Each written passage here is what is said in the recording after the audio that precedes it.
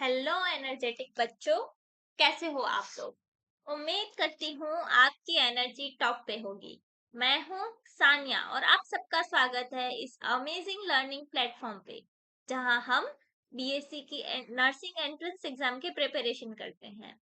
हम सी नेट की, पैरामेडिकल की एंड एम्स की बीएससी नर्सिंग एंट्रेंस एग्जाम की प्रिपरेशन कर रहे हैं। तो बच्चों, हमारी सी नेट की एग्जाम तो खत्म हो गई, जिसमें हमने जो पढ़ाया था क्वेश्चन उसी में से आए थे। तो अब एम्स का पेपर होने वाला है, तो आप भरोसा रखो, हम जितना प्रिपरेशन करवा रहे हैं उतना करोगे तो वो आपके लिए इनफ होगा। तो बच्चों, हमने इससे पहले एम्स के पेपर कुछ 4 पेपर कर लिए हैं। आज हमारा 5th पेपर है। तो चलो हम हमारे पेपर स्टार्ट करते हैं। अगर आपने प्रीवियस पेपर्स जाके नहीं देखे तो उसकी लिंक आपको डिस्क्रिप्शन बॉक्स में मिल जाएगी। एक प्ले फिजिक्स की प्लेलिस्ट की लिंक होगी, तो वो वहां जाके उसमें प्लेलिस्ट में होगा, तो वो वहां जाके देख ले। बच्चों, अगर आपको ये पूरी पीडीएफ चाहिए तो हमारा व्हाट्सएप एंड टेलीग्राम ग्रुप जरूर ज्वाइन करें, जिसकी लिंक आपको डिस्क्रिप्शन बॉक्स में मिल जाएगी। तो चलो हम अब पेपर स्टार्ट करते हैं। A charged particle enters a magnetic field perpendicular to its velocity. What will be the nature of its path? देखो, जब भी चार्ज पार्टिकल मैग्नेटिक फील्ड में एंटर होता है विथ वेलोसिटी v, तो उस पे फोर्स लगता है q into v cross b। v cross b का रिजल्टेंट होता है वो v के भी परपेंडिकुलर होता है और b के भी परपेंडिकुलर होता है। तो यहाँ पे जो फोर्स होगा वो वेलोसिटी के परपेंडिकुलर होगा। और ये हमारा सर्कुलर मोशन में भी ऐसा ही होता है। सर्कुलर मोशन में हमारी वेलोसिटी इस डायरेक्शन में होगी और फोर्स उसको सेंटर की तरफ परपेंडिकुलर डायरेक्शन में होगी। तो उसका जो पाथ होगा वो होगा सर्कुलर। ठीक है बच्चों। Unit of electric flux, electric flux का यूनिट क्या होगा। अब पहले फ्लक्स क्या होता है वो पता होना चाहिए। फ्लक्स होता है E dot A. E electric field, A area. Electric field का यूनिट होता है न्यूटन पर coulomb.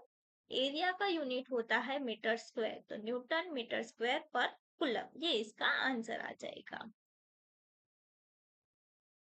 Two capacitor 4 microfarad and 6 microfarad are connected in series. What is the net capacitance? Net capacitance पूछा गया है बच्चों, एंड दोनों सीरीज में कनेक्टेड है। कैपेसिटर के सीरीज का फॉर्मूला होता है 1/c is equal to 1/c1 plus 1/c2। एक की जगह पे 4 रखेंगे, दूसरे की जगह पे 6 रखेंगे। इसको हम अगर सॉल्व करेंगे तो इसका एलसीएम 12 आएगा, तो 3 प्लस 2/12। तो अगर ये 1/c के इक्वल है तो c आ जाएगा 12/5।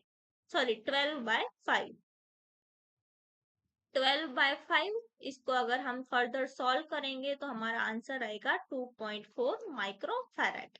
तो हमारा आंसर आ गया यहाँ पे 2.4। ठीक है बच्चों। ऐसा unit of magnetic field and intensity. Magnetic field intensity मतलब बी। बी की बात की गई है, बी का यूनिट पूछा गया है और हमें पता है बी का यूनिट होता है टेस्ला, इसीलिए यहाँ पे आंसर आएगा टेस्ला। बच्चों, हमने अभी तक पांचवा क्वेश्चन है हमारा, और ये तीसरा क्वेश्चन है जो यूनिट पे है। तो अब इसका आंसर आप बताओगे कि इसका आंसर क्या आना चाहिए। इससे पहले हमने 2 यूनिट वाले कर लिए हैं। बच्चों, यूनिट एंड डायमेंशन वाले क्वेश्चन बहुत ही ज्यादा इंपॉर्टेंट होते हैं, तो उसको अच्छे से कवर अप करके जाना उस वाले टॉपिक को। ठीक है। Resistivity of conductor depends on. Resistivity कौन से फॉर्मूला में आता है? R is equal to rho L by A वाले फॉर्मूला में आता है, जहाँ पे जो रेजिस्टिविटी है वो मटेरियल पे एंड टेम्परेचर पे डिपेंड करती है। इसीलिए यहाँ पे आंसर आएगा टेम्परेचर पे। ठीक है।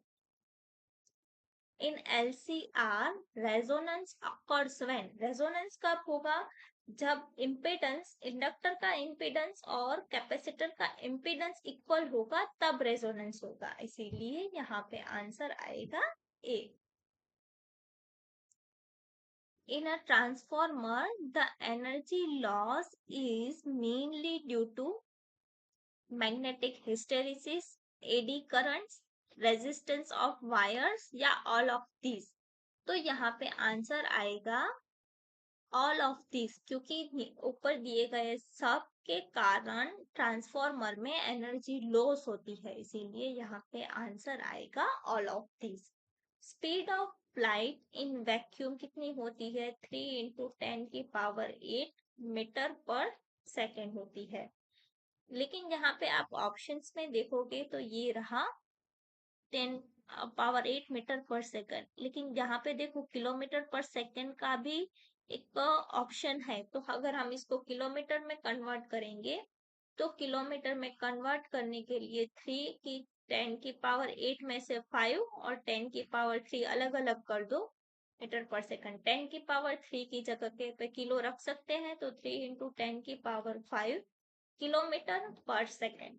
तो यहाँ पे किलोमीटर पर सेकंड ये वाला आंसर भी सही है एंड ये वाला आंसर भी सही है, तो ये रहा हमारे पास डी ऑप्शन है जिसमें बोथ है A and C.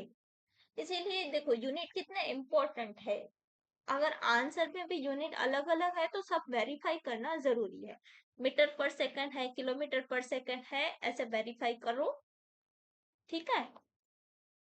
Concave lens always forms, देखो कनकेव लेंस होता है वो हमेशा वर्चुअल इमेज बनाता है। कैसी इमेज बनाता है? वर्चुअल। वर्चुअल वाले दे ये रहे दोनों ऑप्शंस, वर्चुअल। और वो हमेशा सीधी इमेज बनाता है। कैसी? सीधी, इरेक्ट, यानी कि इरेक्ट इमेज बनाता है, इसीलिए यहाँ पे आंसर आएगा virtual and erect. Ohm's law is valid only when,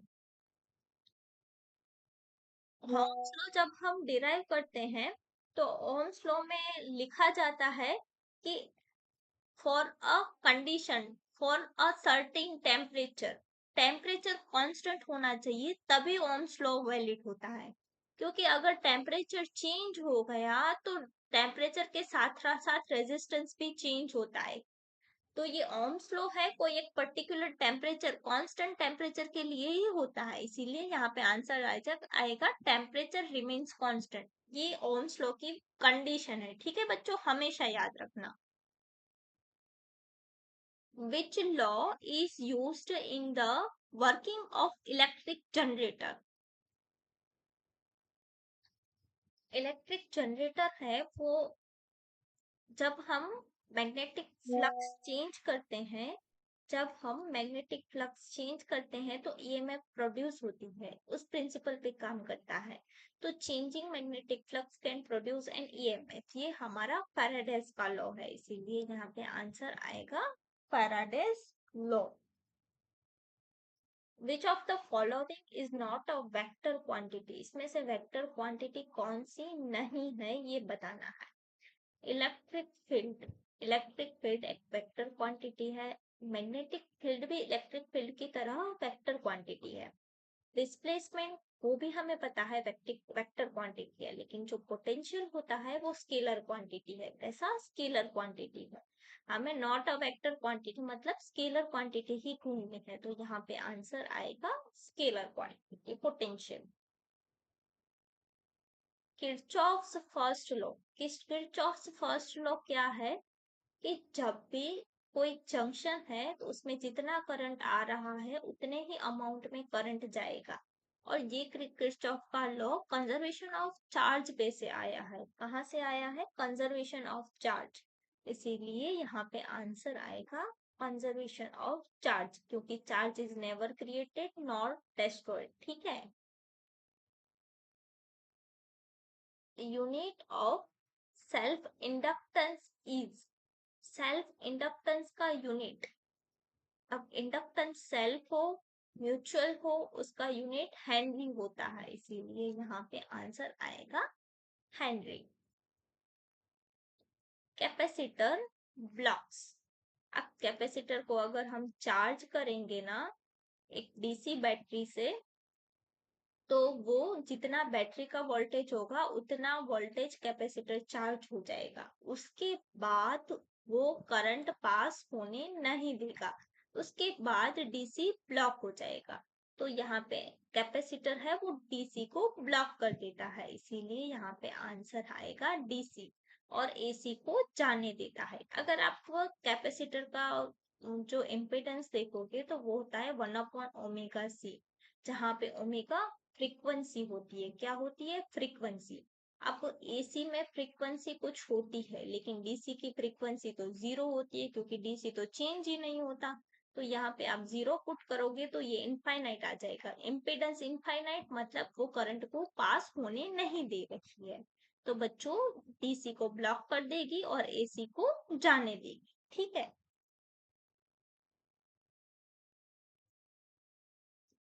magnetic field inside a long solenoid is.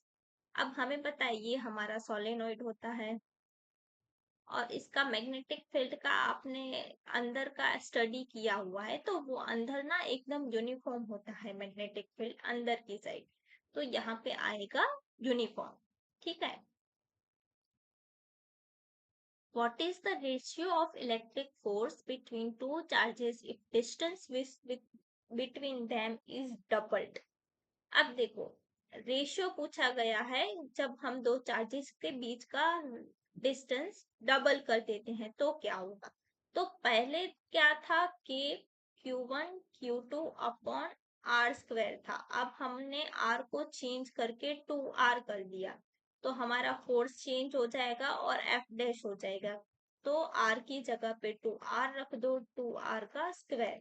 तो क्या हो जाएगा कि Q1 Q2 upon 4R²।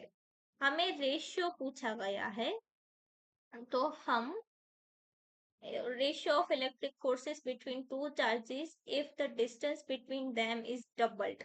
F upon F dash अगर हम लेंगे तो इसके अपॉन ये लेंगे तो हमारा आंसर आएगा 4/1।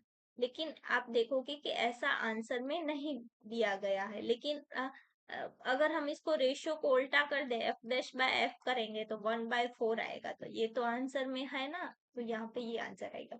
इसमें क्लियर कट मेंशन नहीं किया गया, इसीलिए ये वाला कंफ्यूजन हुआ। अगर क्लियर कट मेंशन किया गया होता तो हम सीधा वही रेशियो लेते। ठीक है बच्चों। या फिर ऐसे भी देख सकते हो, यहाँ पे देखो एफ डैश ये मिल गया, एफ डैश इसकी जगह पे तुम एफ रख सकते हो, तो F dash is equal to F/4। तो एफ डैश बाय F 1/4 आ जाएगा, यही आएगा। ठीक है बच्चों। What is the power consumed when 10 ampere current flows through 5 ohm resistor? अब पावर का फॉर्मूला क्या होता है? I²R होता है। I दिया हुआ है, हाँ ये रहा। R दिया हुआ है, हाँ ये रहा।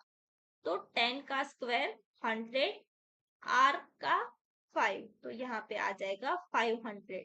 और पावर का यूनिट होता है वॉट, इसीलिए यहाँ पे आंसर आएगा 500 वॉट। ठीक है बच्चों।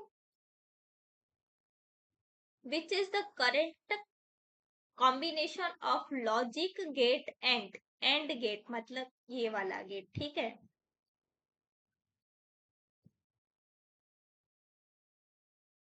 अब एंड गेट में क्या होता है? A.B is equal to C मिलेगा हमें, मतलब दोनों 1 1 होगा तभी 1 होगा ये। तो दोनों 1 1 होगा तभी 1 होगा ये, इसीलिए ये हमारा ऑप्शन बी सही आएगा। ठीक है।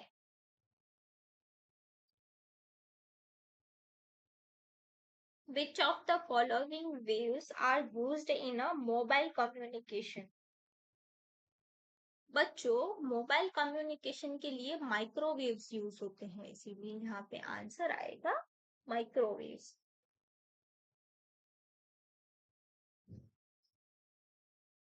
Which of the following is dimensionally different?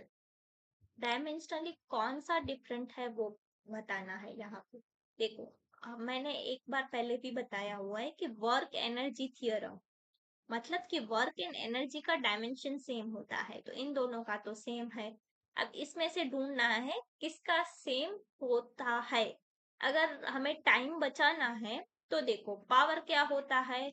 Power energy by time होता है, तो उसका तो डायमेंशन कभी भी एनर्जी जितना होगा ही नहीं, क्योंकि ये टाइम आ गया पी ई बाय टी, तो पी एंड ई का डायमेंशन कभी भी सेम नहीं होगा। तो यहाँ पे हमारा आंसर आएगा पावर, डायमेंशनली डिफरेंट। टॉर्क का अगर आप डायमेंशनल नहीं निकालना है तो सीधा आपका आंसर आ गया, लेकिन हम अभी प्रैक्टिस कर रहे हैं तो हम वेरीफाई कर लेते हैं कि टॉर्क एंड एनर्जी का डायमेंशन सेम है या नहीं है।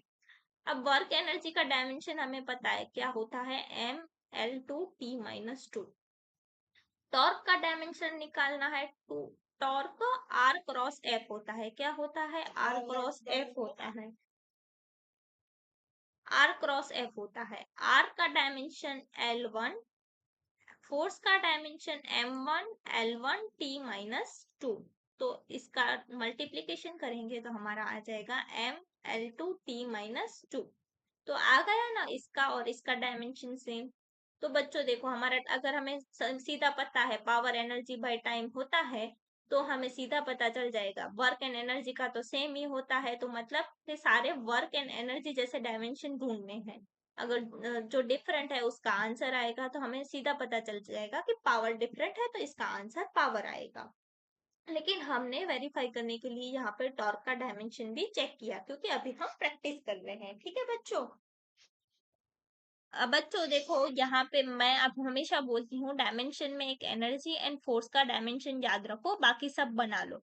हमें एनर्जी एंड फोर्स का याद था तो हमने ये क्वेश्चन आसानी से कर लिया। दे रहा है एनर्जी M1L2T-2, फोर्स M1L1T-2, बाकी तुम कोई भी डायमेंशन को आसानी से बना सकते हो। What is the phase difference between voltage and current in purely capacitive circuit? Purely capacitive circuit मतलब कैपेसिटर को हम एसी करंट एसी वोल्टेज से कनेक्ट करते हो, तो ये हमारी प्योरली कैपेसिटिव सर्किट हो गई। इसमें सपोज हमारा जो पोटेंशियल है वो ई नॉट साइन ओमेगा टी है, साइन ओमेगा टी है। और अगर हम करंट कैलकुलेट करेंगे तो करंट आएगा हमारा I nought sine omega T plus pi by two आएगा। ठीक है बच्चों। तो इस केस में हमें मिलेगा कि current leads the voltage, current है वो वोल्टेज को लीड कर रहा है बाय पाई/2। पाई/2 मतलब हमारा 90 डिग्री, इसीलिए इन दोनों के फेज का डिफरेंस क्या आएगा, 90 degree. Which device is used to measure the electric current? Electric current measure करने के लिए इमीटर यूज होता है, जबकि करंट का जो प्रेजेंस है वो चेक करने के लिए गैल्वेनोमीटर यूज होता है, लेकिन करंट मेजर करने के लिए एमीटर यूज होता है। Work done in moving a charge in a uniform electric field along an equipotential surface is। अब वर्क डन है, वर्क डन क्या होता है, Q इंटू डेल्टा V होता है। यहाँ पे क्या लिखा गया है, equi potential surface. Equi potential surface मतलब ऐसी सरफेस जिसका पोटेंशियल सेम हो। पोटेंशियल सेम है तो डेल्टा वी तो सीधा 0 हो गया, तो वर्क डन हो जाएगा 0। ठीक है बच्चों। तो बच्चों हमारे यहाँ पे 25 क्वेश्चंस पेपर के खत्म होते हैं। अब हम मिलते हैं कोई नए पेपर के साथ, तब तक बने रहे हमारे साथ। Have a nice day.